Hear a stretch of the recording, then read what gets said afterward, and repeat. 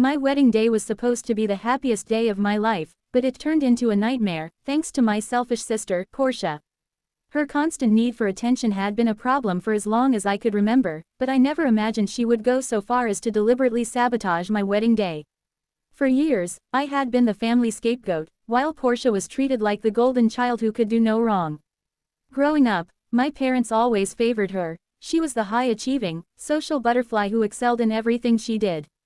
Meanwhile, I was the quiet, introverted one, who was often compared unfavorably to my sister. My parents made it clear that I wasn't living up to their expectations, and it left me with deep feelings of inadequacy and a strained relationship with my family. This dynamic defined much of my childhood. I spent years being overlooked and made to feel like I wasn't enough. Any achievements I had were always minimized, overshadowed by whatever Portia was doing. If I got an A on a test, Portia would get an A+, and my parents would make sure to praise her for being just a little better than me. When I was accepted into a good college, instead of celebrating, they questioned why I hadn't aimed higher. If I tried to bring up how this constant comparison made me feel, I was dismissed, told I was being too sensitive or that I should be happy for my sister. Over time, I began to distance myself emotionally from my family, realizing that I would never win their approval. I focused on my own life, my friendships, and my education, and slowly built a sense of self-worth independent of their opinions.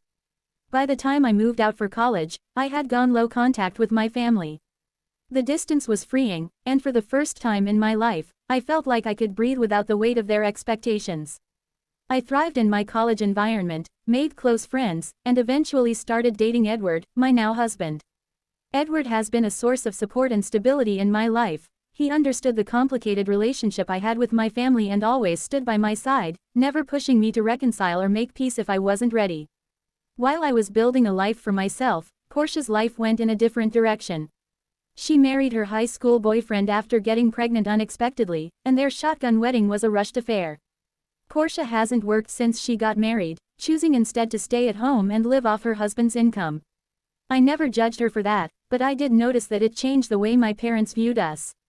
They began to express disappointment in Portia, subtly comparing her situation to mine, as though they were finally starting to see the value in the life I had built for myself. But even then, their approval felt hollow, like it was only being given because Portia was no longer living up to their expectations. Leading up to my wedding, I had a strained but civil relationship with my parents. After a health scare involving my mother, I had briefly reconciled with her. It wasn't a full reconciliation, though. I still harbored resentment for the way they treated me, and I was skeptical about her sudden desire to repair our relationship. Despite this, I was polite and kept the peace, though I didn't involve my parents in the wedding planning. They were not happy about this, especially my father, who was upset that I didn't ask him to walk me down the aisle. In truth, I didn't feel close enough to him to make that gesture, and the thought of pretending like we had a normal father-daughter relationship felt wrong.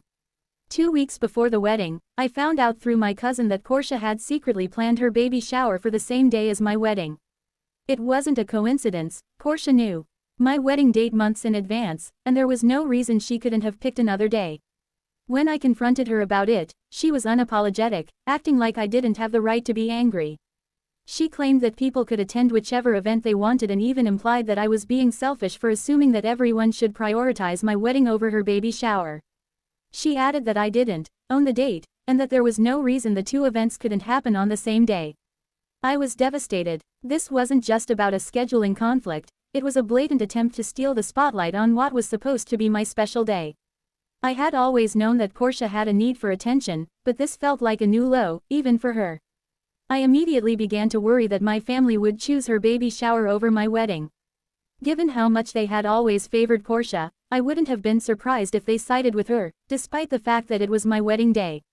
The thought of standing at the altar, looking out at a half-empty room because my family had chosen to attend her baby shower instead of supporting me, made me sick to my stomach. In the days leading up to the wedding, I was a wreck. I tried to focus on the positive, Edward, our friends, and the life we were building together, but Portia's actions hung over me like a dark cloud. I couldn't understand how someone could be so selfish and cruel, and it made me question whether I should have even bothered inviting my family in the first place. Edward was a constant source of comfort during this time, reminding me that no matter what happened with my family, we were starting our own life together, and that was what truly mattered.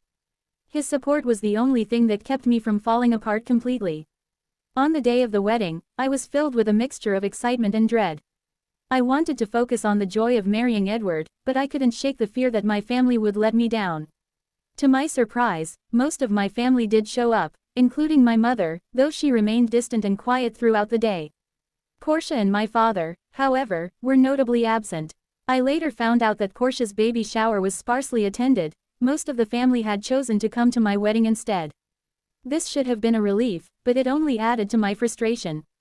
Portia had clearly tried to pull focus from my wedding, and her plan had backfired.